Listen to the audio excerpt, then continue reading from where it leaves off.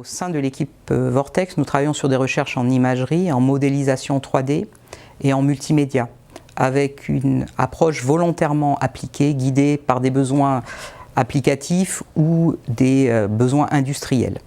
Et c'est une des salles de manip que nous utilisons ici pour tout ce qui est vidéo, réalité augmentée. Donc c'est une salle qui est dite fond vert, puisque nous faisons des captures vidéo dans cet environnement. Parmi les activités que je citais au niveau de l'équipe Vortex, la reconstruction 3D s'envisage sous deux formes, donc sous une approche plutôt géométrique ou sur une approche plutôt guidée par l'éclairage, donc dite photométrique.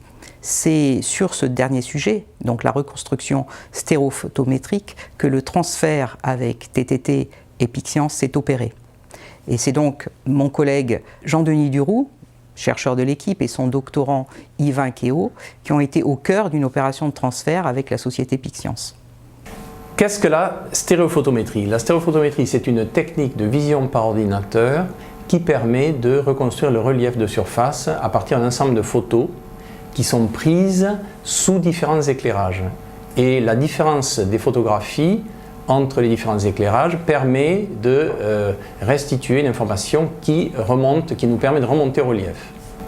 Au laboratoire, nous avons développé il y a quelques années une salle de manipulation, ici même, qui est une salle noire, et le dispositif de stéréophotométrie qui est juste derrière moi consiste tout simplement en un ensemble de LED que nous pouvons contrôler, allumer séparément, et un appareil photographique, ce qui permet de prendre différentes photos sous différents éclairages d'une scène et donc de retrouver le relief.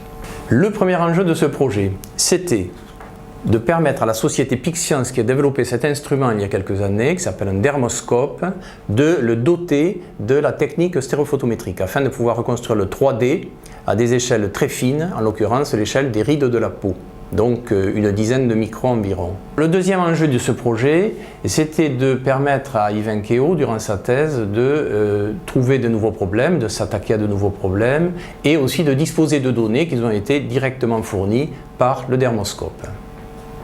Toulouse Tech Transfert a été un catalyseur. C'est la société qui a rendu possible la mise en contact entre le laboratoire et le partenaire industriel, et puis évidemment la gestion du projet de transfert. L'INP, de son côté, a permis la contractualisation, la gestion adroite et précise des droits et du bon déroulement globalement du projet de transfert. L'innovation, c'est peut-être revisiter des idées ou en créer de nouvelles et susciter une forme d'ovation qu'on retrouve dans le mot innovation, en d'autres termes une forme d'adhésion d'un public, d'utilisateurs ou de chercheurs.